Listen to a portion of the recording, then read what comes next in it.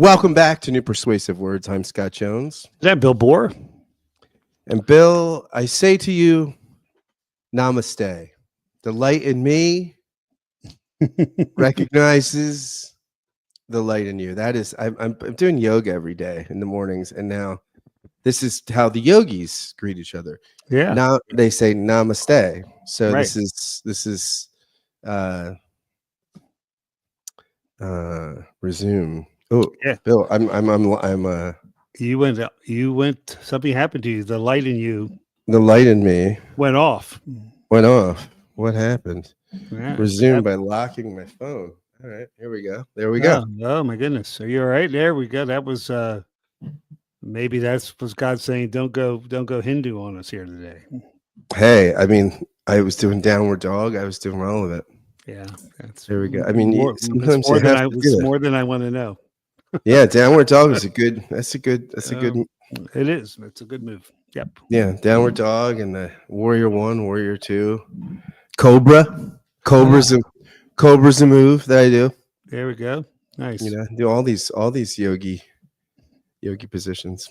So, Bill, I googled Episcopal bishop, and right up, the first thing that comes up, Google completes the search for me. Oh, nice. Up comes Marion Edgar Budd. Budd, right? Budde. Is it Budd? I think so. Well, I look to you for that kind of stuff.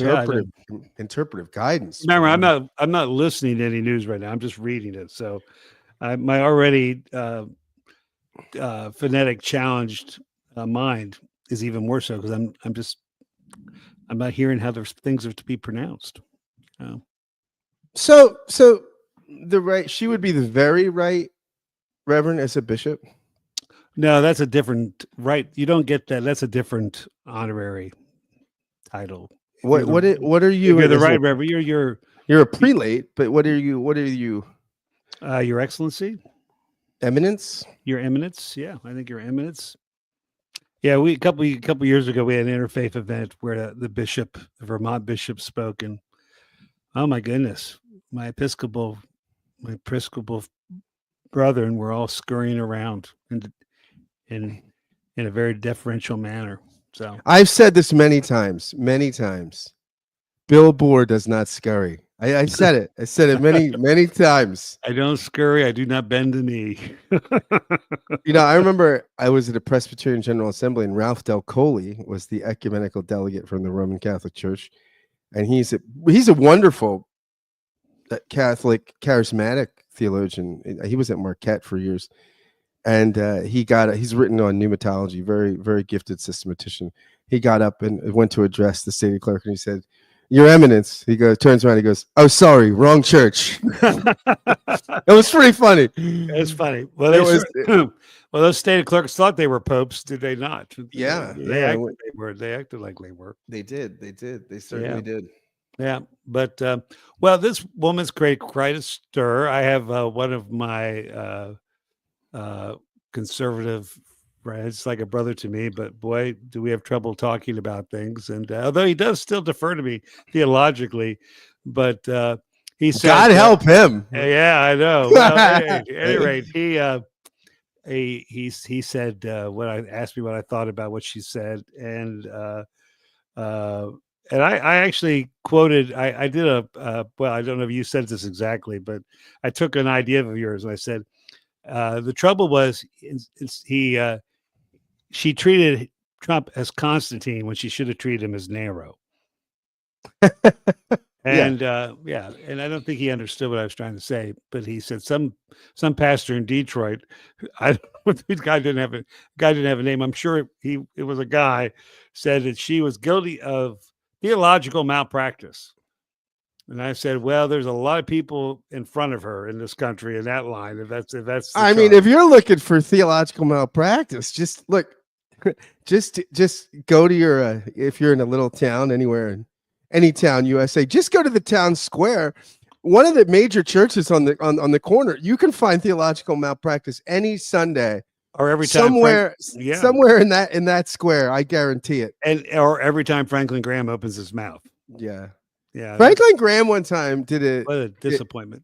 did an interview with GQ, and I remember, that was back when he ran Samaritan's Purse and before his politics came out, and he was sort of he was more admired because we didn't know some of his more incendiary temperament and sentiments. He was we didn't realize the degree of brain damage from we didn't realize the apple had not just fallen from the tree, it had rolled down the hill, gotten infested by worms, been run over by a truck. The applesauce had soured. No, I mean, but he was sort of admired because he was people didn't know that much about him, and he ran Samaritan's Purse, so he was flying into trouble spots, and it was kind of his adrenaline rush, right? And that really came out in this interview in GQ.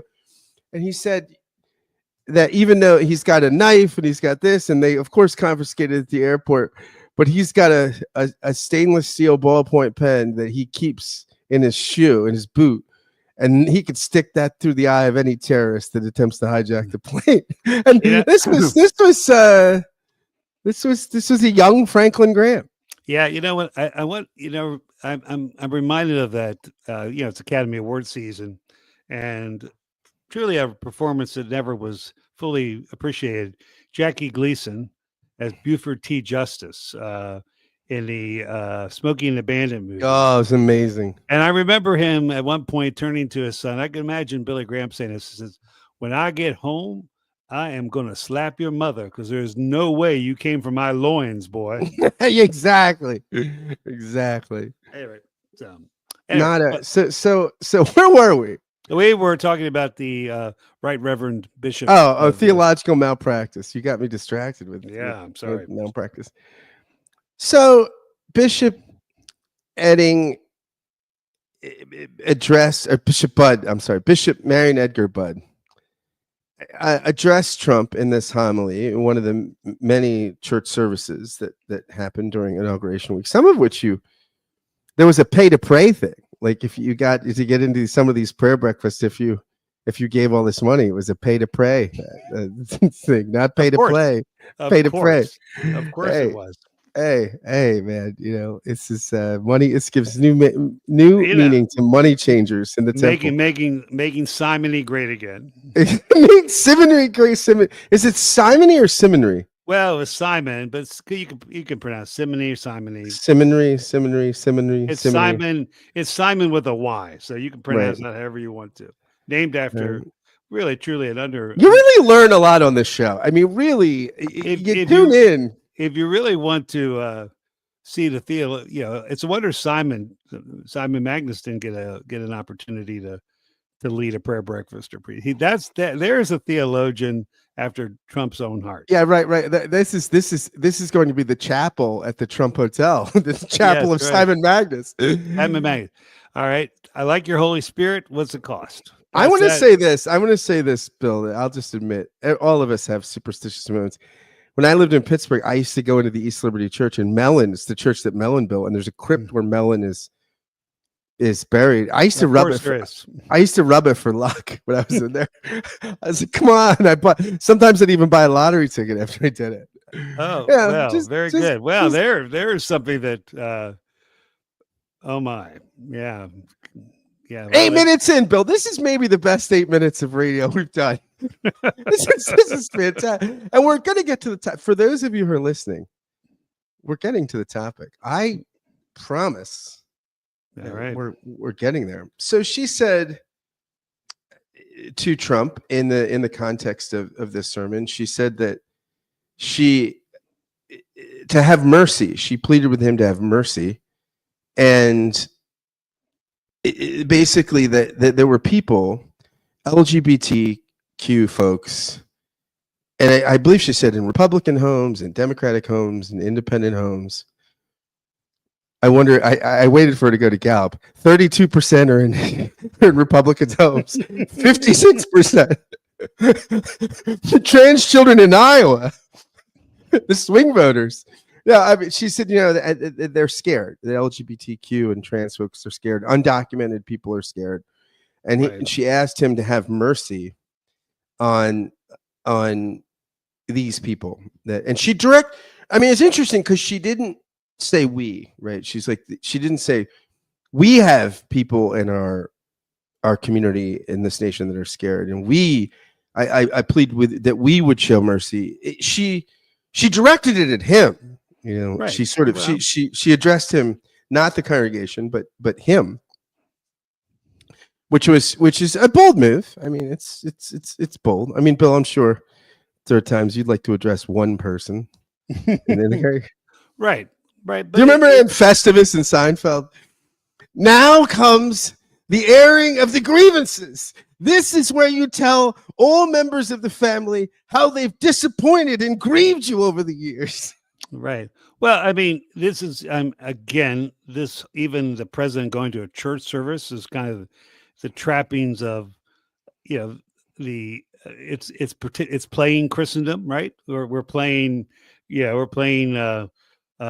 crowning the emperor a little bit. I mean, what did the great George Lindbeck said? The church in North America is no longer established, but not yet disestablished. Yeah.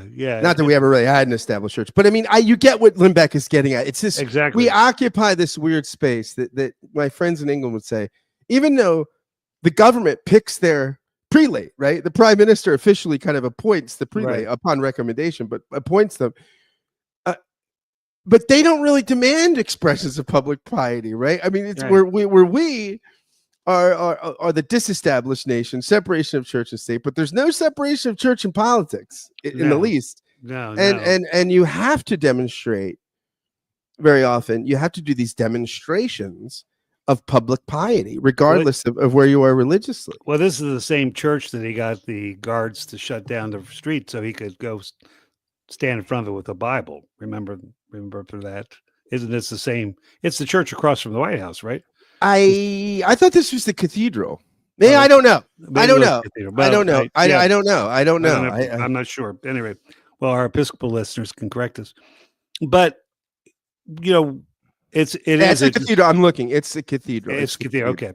So anyway, by the way, Trump's response. Did you hear? Oh, right. Response? Yeah, his response was apart from her inappropriate statements, the service was a very boring and uninspiring one. She's not very good at her job. She and her church owe the public an apology. Right. Yeah, he was not entertained. I liked it. He rates the service. I kind of like that. I'll tell you the truth. I mean, I think that would be more fun if after church there were panels and like American Idol. Yes, that would be absolutely the game. Or AGT, America's Got Talent. Our reality show presidents now, our reality show monarch. Bill, we could have EGT, Episcopalians Got Talent. Right. Evaluate the bishop. He's been watching his he's been watching Showtime, kind of Henry VIII, and thinking, hey, why can't I do that with my archbishops? Come on. You're giving Donald Trump very, very high. Well, he watches the theatric standards, right? He watches the Showtime version because there's a lot of skin in that. That's true. That's true. All right. So, but that's we actually have had a serious conversation, and my earlier quote about Constantine and Nero was inspired by your you did a thought experiment. I said, I imagined the great Episcopalian priest Robert Capon, who was this very colorful character. He was just the guy, grace just flowed through this guy's vein, I'm sure, with sherry. And a great cook. Yeah, I've got he's a great cook. The first book I bought of his was just to get the recipes. So anyway, yes. He wrote for the New York Times food and wine section. Yeah, absolutely. I mean, he was kind of a cosmopolitan guy. He was by no means an evangelical. He was a mainline Episcopalian guy, but many people across the theological spectrum, including a lot of evangelicals who I think have been beat up by the legalism of that tradition, found in Capon a voice of grace. I mean, I'll give you two great Capon quotes that I just pulled up today. One is, grace cannot prevail until our lifelong certainty that someone is keeping score has run out of steam and collapsed. And this other one is great. Jesus came to raise the dead. He did not come to teach the teachable. He did not come to improve the improvable. He did not come to reform the reformable. None of those things work. And so, Capon was so insistent that the metaphor for the gospel was not improvement or illness; it was death and resurrection. That really we're incapacitated, and he's kind of in this Augustinian Lutheran sort of tradition. Although I don't know I don't know how Lutheran he would have been, but he sounds certainly Augustinian, right? Yeah, and he just thought, and his book on the parables is so great. I mean, he has these really intuitive and sometimes remarkably I encourage anybody who's interested in the parables, read Capon. He's very good, and the guy knew his Greek. I mean, he was a really good exegete, but he was always saying that the people, he was always pointing out the people in the parable seem surprised that the parables are so alarming, and the problem is you hear them again and again and again and again, and you lose the arresting, shocking power of these stories. And I wondered, what if Capon had been the preacher and not the Episcopal Bishop Marion Edgar, and I just imagined that Capon would have addressed Trump as a sinner, and as someone who probably needed redemption. And what would that look like? I mean, how do you, especially someone who is so allergic to his, I mean, I think all of us have these moments, right? At the end of the day, even the most sensitive and the most kind of us have these personal inventory moments where, like, I probably shouldn't have said that, or, oh, maybe I was a little rough on that person, or maybe I shouldn't have been so quick to be judged. I don't imagine Trump's ever had one of those moments. Well, he publicly said he has never asked for forgiveness. Yeah, I think like God, communion. Isn't taking communion kind of like a forgiveness thing?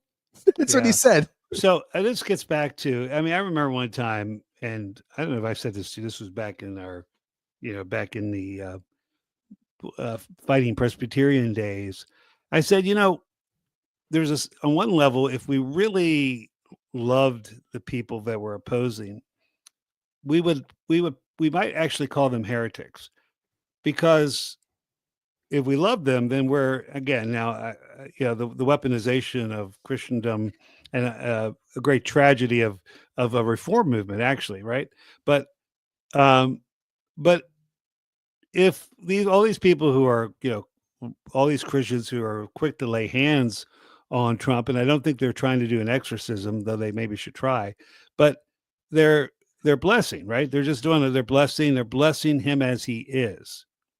And if, again, and I was thinking about this. So if he was sitting in my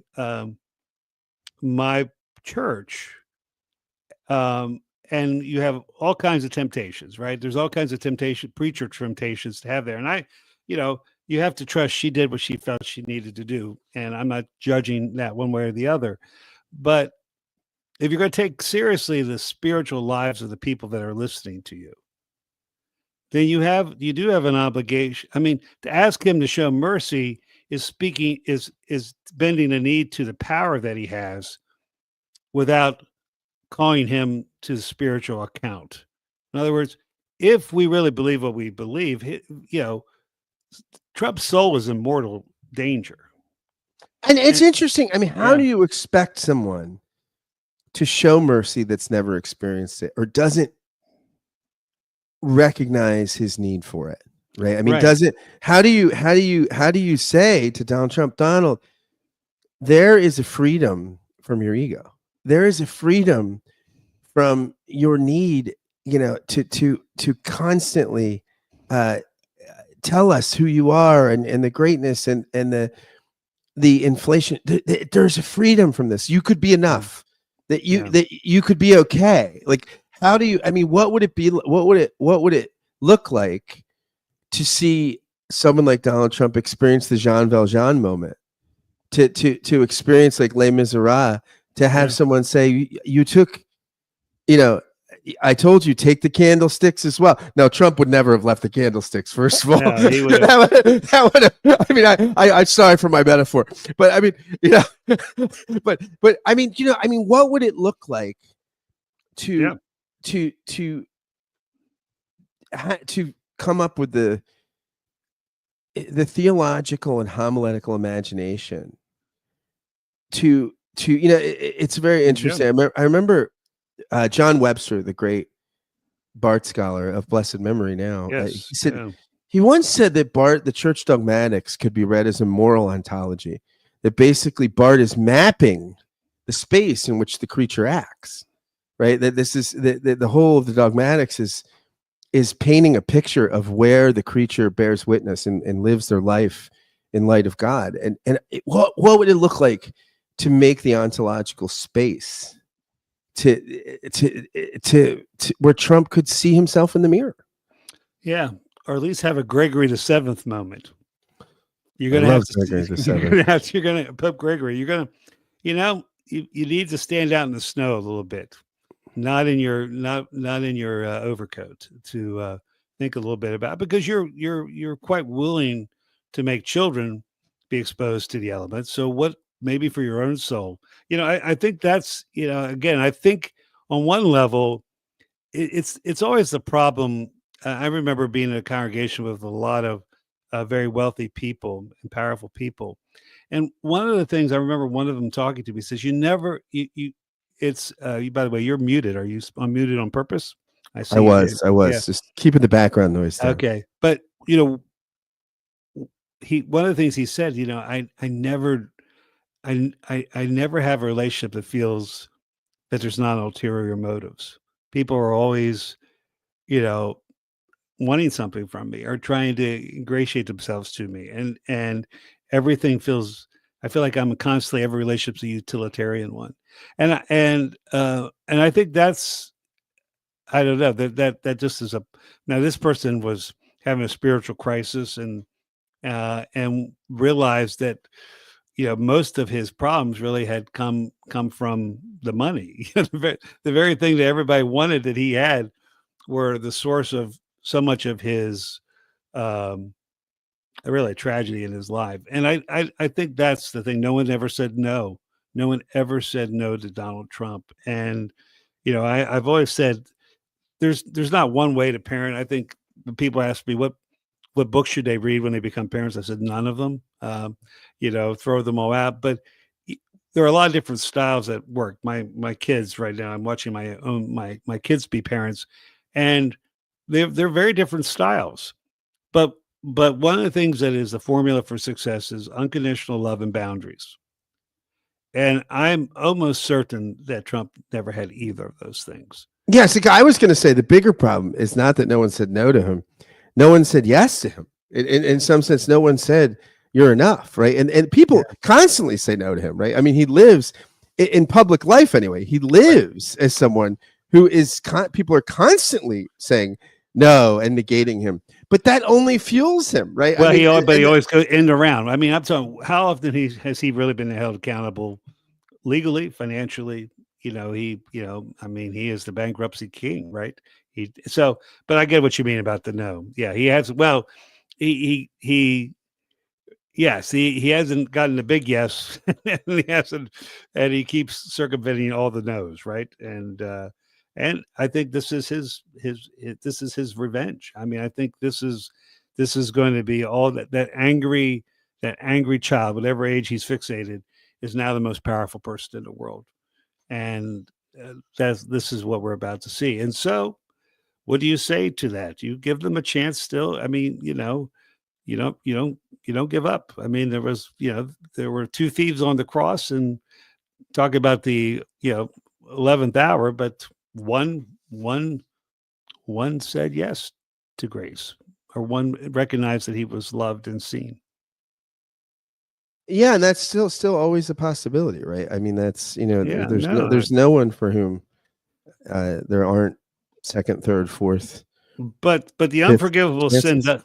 does exist, in that if you call good evil and evil good, it's really, Look, we're talking about an Episcopal cathedral. I would think the Episcopalian unforgivable sin is eating the whole meal with a salad fork. I mean, that's That's right. Well, that is. Other than that, yeah, poor. That's what we've said before. The only sin at First Presbyterian Church, Midland, Texas, was poor taste. So that's that's the case. Yeah. well, Bill. I'd like to just conclude with one last quote from Capon. Very nice. Here, Capon says, "This is classic Capon. He comes to us in the brokenness of our health, in the shipwreck of our family lives, in the loss of all possible peace of mind, even in the very thick of our sins. He saves us in our disasters, not from them. He emphatically does not promise to me only the odd winner of the self-improvement lottery. He meets us all in our endless and inescapable losing." So I just imagined Capon doing a Trump impression, saying, "Donald, you're a loser, and that's where God does his best work." Well, at any rate, very good. So, yeah, I think what's the chief thing we should be doing now is being followers of Jesus and remembering what our calling is. So, Brother Capon reminds us. Amen to that. Thank you, everybody. Peace.